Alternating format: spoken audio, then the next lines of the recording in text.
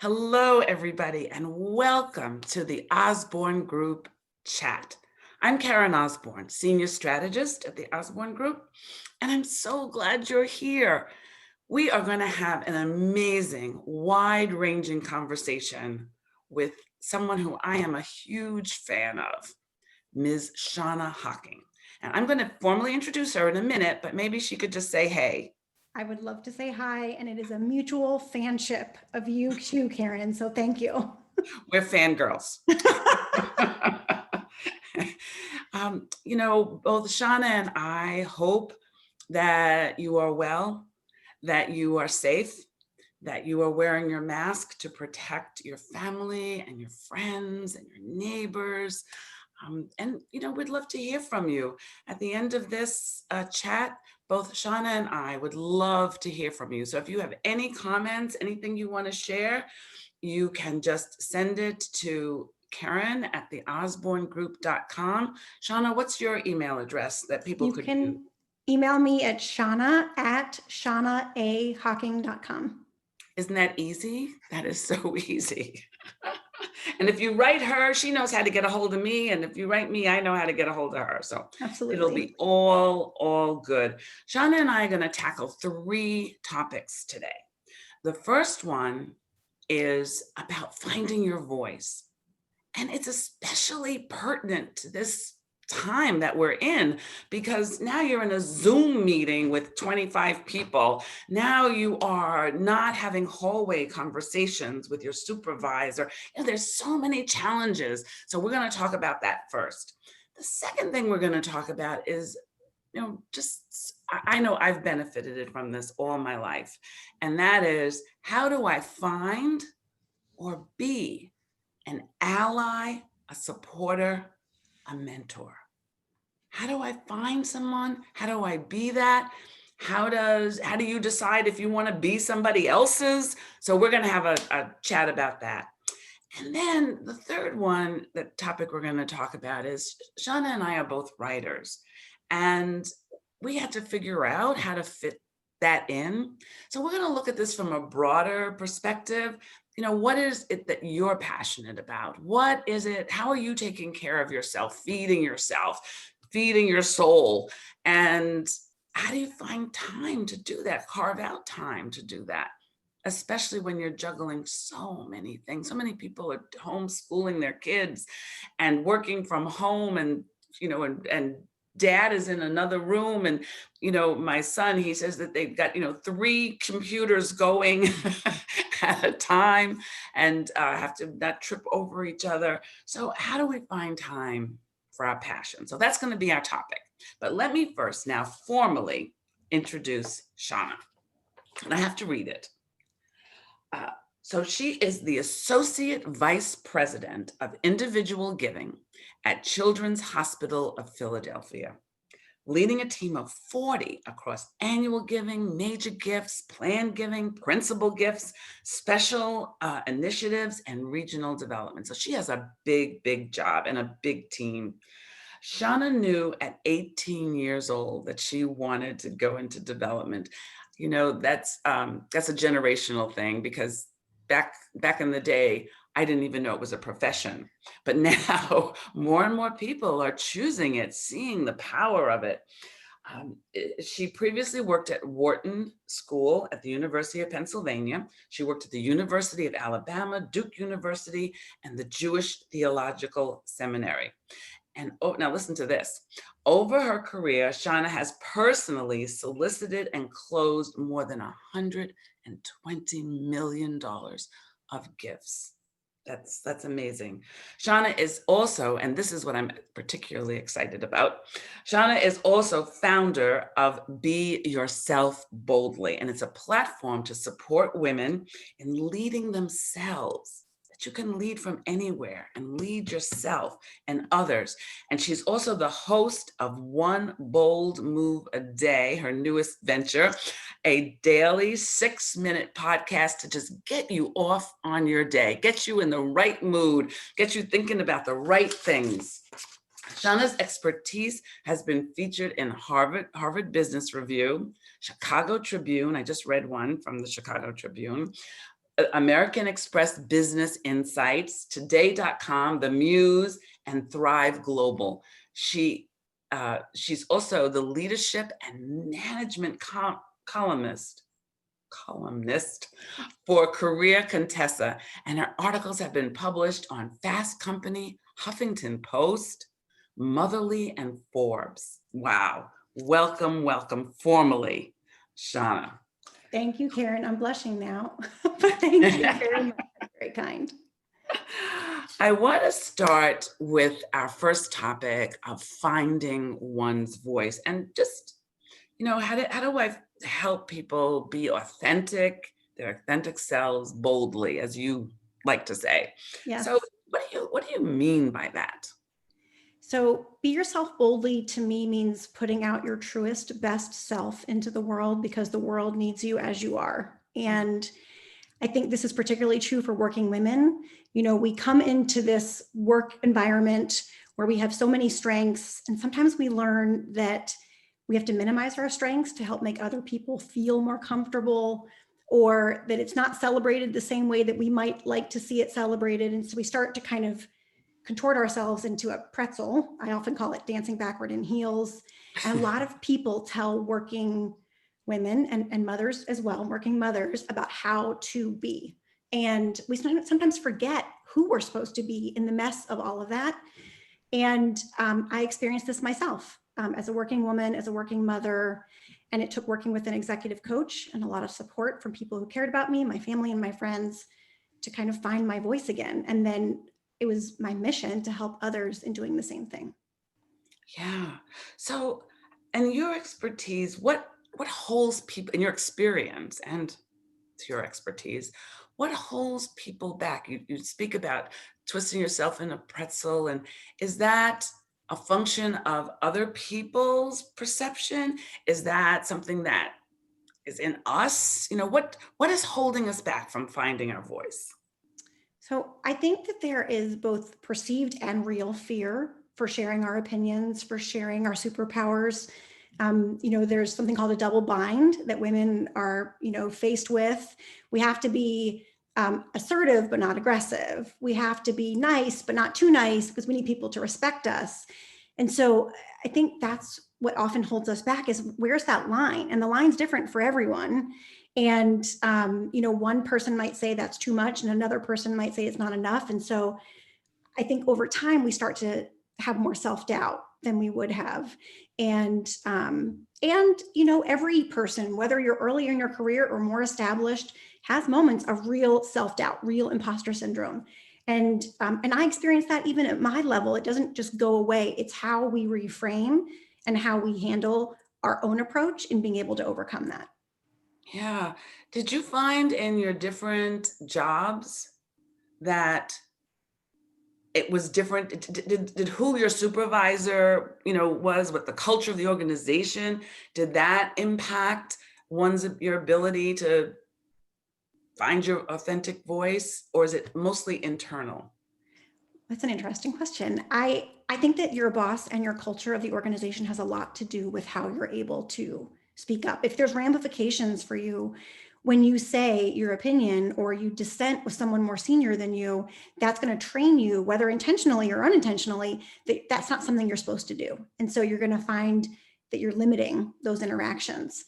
And yes, I think at every different company, at every different organization that I've been a part of, there's been different things you have to pick up on in that organizational culture to know what's appropriate. And then, most recently I made a switch from, almost 20 years in higher education to switching to academic medicine. And that's a completely different culture. That's a completely different industry in some ways, even though it's all wonderful fundraising. And so that's another shift of, okay, what's my role here? What do I need to do? And how can I add value in a way that other people see that I'm adding value? That one is so important, adding value, and so that other people can see. I can remember one of the best pieces of advice I ever received was to always look for your moment in a meeting, in a situation where you can add value. Don't speak just to speak. Don't just repeat what somebody else has said, but keep your eyes and ears open for that opportunity that you could say something that adds value to the conversation. And it just really elevated. It made me not be nervous about, should I speak or not? Or I could have said that, maybe I should just underline it, and it also forced me to listen more. Yes. Because if you're looking for that moment to add value, you sure have to be listening. I love that. Yes. And connecting those dots is so powerful because the more you listen, the more you understand what your superpowers are, then that's where that magic is in the middle of this is a way that I can help lead from where I am, to use one of our favorite expressions. Yes, yes, yes, yes. Women of color have a triple whammy because you said, being female, being a parent, and then we have the added burden of being different from lots and lots of the people that are around us. And in this particular moment in history, that's being elevated even more. Um, and people are sensitive and finding it difficult. So do you have any advice for us? I'm so glad you asked this too, because it's on my mind a lot. I do feel very privileged to mentor both women and men of color. And it is a different, as you said, it is a triple bind. And I think that it's on us as leaders to create the space where someone can speak up, can be their most authentic self. It requires us to create that environment where it's safe to do so. And so I would say that, if I were giving advice to a woman of color, to use the voice you have, we know that you have it, and to use it. But the more of that responsibility is on that leader to make sure that you're using it, to make sure that it's safe, to ask the right questions, and to be humble about what one knows and what one doesn't. And that requires a level of vulnerability, especially right now. So that makes me think about, when you're choosing a job, when you're choosing, you know, uh, it's what questions you ask at that interview so you can determine, is this going to be somebody who's going to make that space for me? And that's different. I've been so fortunate, so blessed all of my career that I worked for people most of the time who were very much would create that space. But it was never a question I asked before taking the job, you know? So helping people think about how do I ask that question?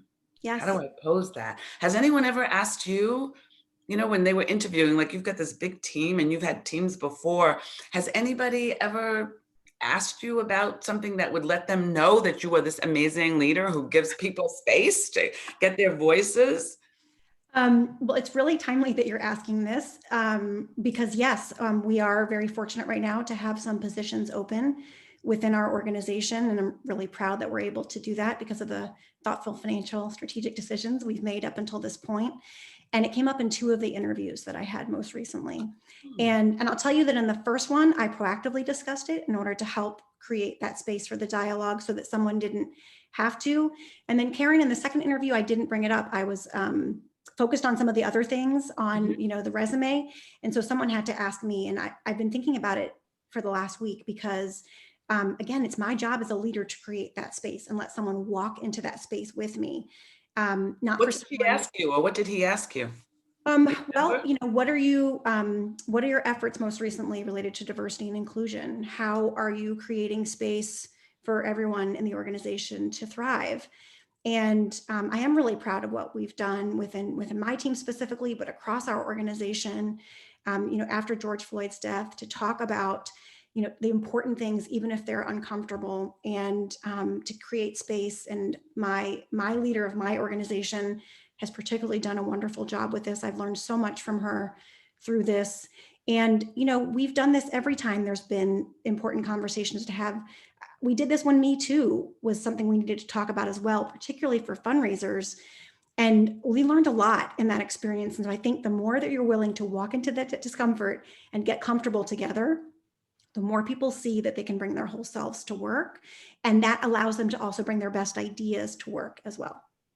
That is, I'm so glad you brought up Me Too as well, because, all of our racial reckoning has almost muted some of that, just in terms of what one hears.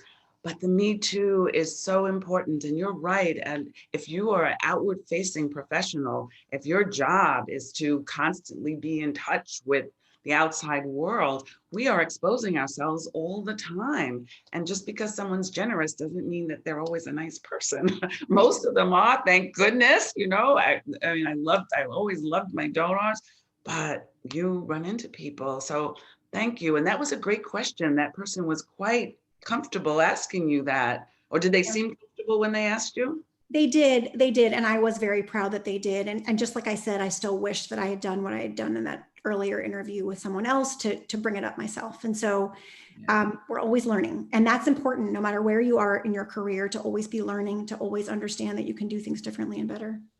I love that. That is exactly right. And to create a learning environment so that everybody knows on the team that learning is super important.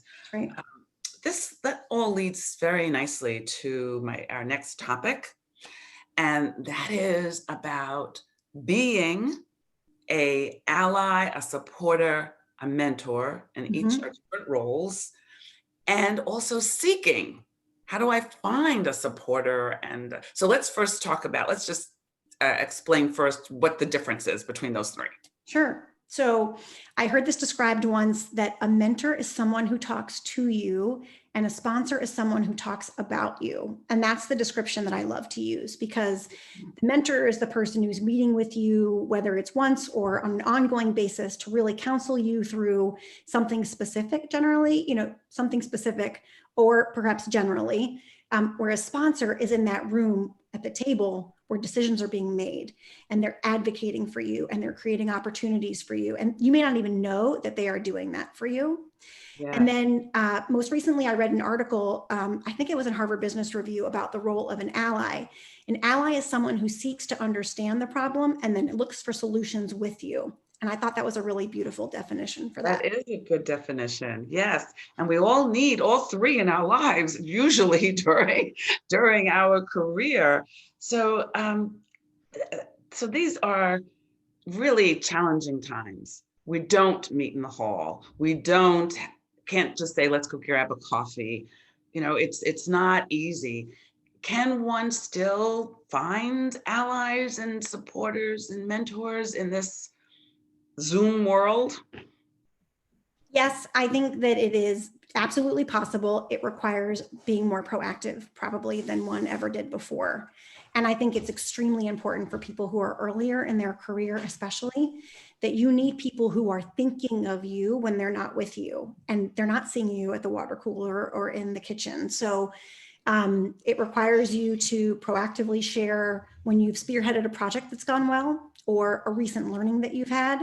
I'm always telling my team, you want your boss's boss to know what you're working on. You want them to, because you're going to come to them when there's a fire. So isn't it better to come to them when you had a win of the day, so that that's what your person is thinking about over time? And so I think it does require us to use that voice to advocate for ourselves, to ask for what we need. I think a virtual 30-minute mentoring coffee is still very feasible. I know I've done many of those myself in these times. And I think leaders want to do this. In our profession, people are so generous and they're so giving, and all of us got here because of mentors and sponsors. So even if we're feeling stretched with our own work, it just requires someone saying, hey, could you do this, for them to remember how important that is. I love that. I remember when I was new in the profession, and I found a way once a quarter to travel with my boss, just to have that time, that shared time. And one can still do that. You just have to do it electronically. You can just say, let's have coffee. Somebody just invited me to coffee. And she said, I just would love to just pick your brain, and I only need 15 minutes. And of course, yes, we're getting lonely being locked down. We're so glad for, Karen, that's how you and I reconnected. I mean, if I have a minute to just share my fangirl story about Karen Osborne, I love telling this story. I went to the Case Summer Institute for Educational Fundraising in 2000 something. I'm not going to say what year.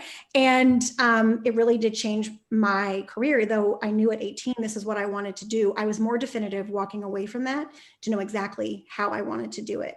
And I was in this beautiful large auditorium learning from you, thinking, oh my gosh, how can I just be like Karen Osborne? And then taught everyone on my team what I knew, what I learned. I still have the notes from our session. And then, after a period of time where I'd gotten to the point where I was managing people and reaching different levels of success in my career, I reached out to you to thank you for the role that you played and asked you if you'd be willing to have a virtual coffee. And then whatever that was, I don't even know, 10 years ago, 5 years ago, but longer than 5, but we've stayed in touch since then. And it's really been so joyous for me to be able to, especially right now, to try to give back just a small fraction of what I feel like you've given to me. Thank you. And can I say a fangirl story, which is relevant or very relevant for our audience? So first, I just want to say, did you hear Shawna say, and then I called to thank her. I called to say thank you. Stewarding our relationship, just like you have to steward your donors, stewarding those relationships are so important. Nobody just wants to hear from you every time you want something. They want to hear from you to say, this is what I did with your learning. This is what I did. And when Shawna started to break out, which we're going to talk about in a few minutes, when she decided that she wanted to really get her writing out there in the world, which was about 4 years ago or so, right? That's right. And I have just been dazzled by the way that she has been building her brand. And the thing that makes it work the best, I think, is the power of her content. And I think that when you are thinking about whatever you are trying to do better and new, and it is, again, going back to the earlier comment, be relevant, have something relevant to say, have something relevant to contribute. And it's just taken off. It's just been so exciting to me how much it's been taking off. So I did want to just go back one last question about the mentoring before we start talking about your new and exciting and how people can find time to do those kinds of things. You do walk your talk. You do become mentors and become sponsors. What do you weigh? If somebody kind of called you up and said, this happens. This happens. I really need a mentor, and I wonder if you'd be willing to be my mentor. Yes. So that's not my favorite question. What I want to see is that someone understands who I am and why they think that I could be a good fit for them. And I don't say yes to everyone. And it's really hard. I used to say yes to everyone. And then over time, I just realized that that's my greatest resource. And I just physically can't do all the things that I want to do. So when someone says to me, I'd like to use 15 to 20 minutes of your time to learn about X or Y, they've already shown that they've done their homework, that I'm not going to just show up there and they're going to say, so, tell me about yourself. I mean, I'm happy to do that. And I want to know that there's a specific way I can help you, because otherwise I might have to choose to help someone else where I really feel like I can add value. And just like I say, you really shouldn't ask someone to be your mentor, although I have made that mistake before throughout my career. What I should have said is, can I call you again? That's what I should have said. Instead of saying, will you be my mentor, which always makes me think about that like Dr. Seuss book, Will You Be My Mother? It's would you be open to revisiting this and having a call again in 6 weeks? What that says is, I'd like you to be my mentor without really asking it. And so you definitely should not really, in my opinion, ask someone to be a sponsor for you, because a sponsor is putting their reputation on the line when they are taking you on, because now you're an extension of them. And that might sound really significant, and it is. If someone's at the table when they're talking about promotions or top performing staff, of course you want someone speaking about you, maybe even someone who's not your boss, so that you have multiple people speaking about you. But you're not saying to them, will you bring me up at the table? What you're saying is, what you're speaking with your reputation, you're speaking with your work outcomes, you're speaking about your stewarding the relationship. And that is what encourages someone, without you asking them to be the one to talk about you at that table. That's such good advice. That is powerful advice. And then remember to steward that relationship. So that brings us to our third topic, and that is how the heck did you, I mean, you're a mom, you're a wife, you've got a big job, and now you find time to not only write, but do your podcasting and build your online, your social media presence. I mean, all of that takes, I know that takes a lot of time. So how did it come about for you? And then what lessons did you learn that you might want to share with our audience? Sure. Well, I think time is a choice, and there's lots of different ways to invest it. And I do think it's important to invest in yourself. And so if writing brings you joy, then that's investing in yourself. But if you find it to be a drudge, then that's not something you should be doing. There's so many different other ways that you can invest in yourself, whether it's reading or volunteering or, whatever those things are. For me, I felt like I could support more people in their journeys. I felt like I learned a lot of things the hard way. There wasn't a book, there wasn't a roadmap for women in our profession, in our careers. It was all one-on-one conversations. And I wanted to break that stigma that you could talk about difficult things and put yourself out there. And people in our profession are so focused on their organizations that they forget that they individually also add value, and that by sharing that value, they are serving others. And that's what my driving force is. This isn't about Shanna Hocking. This is about, I want to help that woman who doesn't have a mentor or a supportive boss. There's no one really listening to her about how she can achieve her goals, and to know that she's not alone, because I did feel alone at many points in time. Mm-hmm. So that's what drives me. That's what makes me wake up earlier or stay up later or take that extra call or whatever that is. But it's a sacrifice. So I make choices to not do other things in order to do this. I want to just put a big red line under that and a big star. Time is a choice. And every time we say no to something, it allows us to say yes to something else that matters to us more. And we are a yes profession and a yes gender. We are like, oh yeah, I can do that. You got it. I can do that. And we have to learn that no is our friend. You can say it politely, you can say it nicely, and if you just remember that time is a choice and you're worth it. You are worth it. And to say yes to yourself is an amazing gift. Shawna, this has been such a wonderful, I can't believe how much time has flown by here. This has been such a wonderful conversation. And I thank you so much for joining me in this. I could talk to you for another hour. I know, me too. It's so nice to be able to talk to you. And these are such important topics to both of us. So thank you. These are important topics, yes. So please look for Shawna's podcast. What's the name of your podcast? One Bold Move a Day. One bold move a day. And she's on LinkedIn. She's always posting really excellent content on LinkedIn. So you can follow her there. And we hope we'll see you the next time at the Osborne group chat. Guys, have a great day. Bye.